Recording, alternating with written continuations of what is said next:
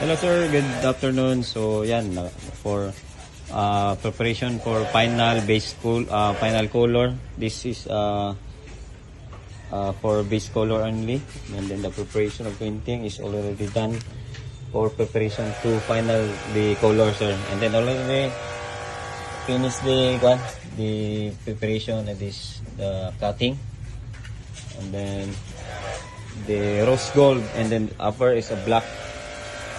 The ceiling is already finished, ready for final finish paint. Then this is the base color.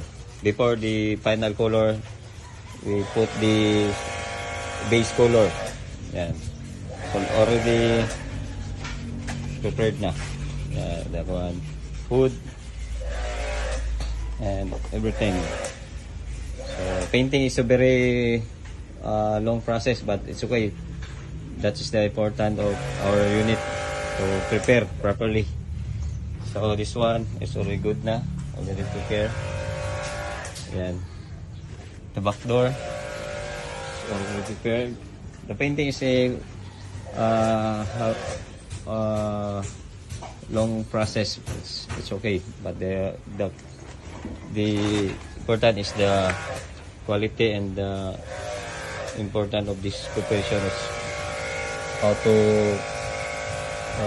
make it better, the painting. Yeah.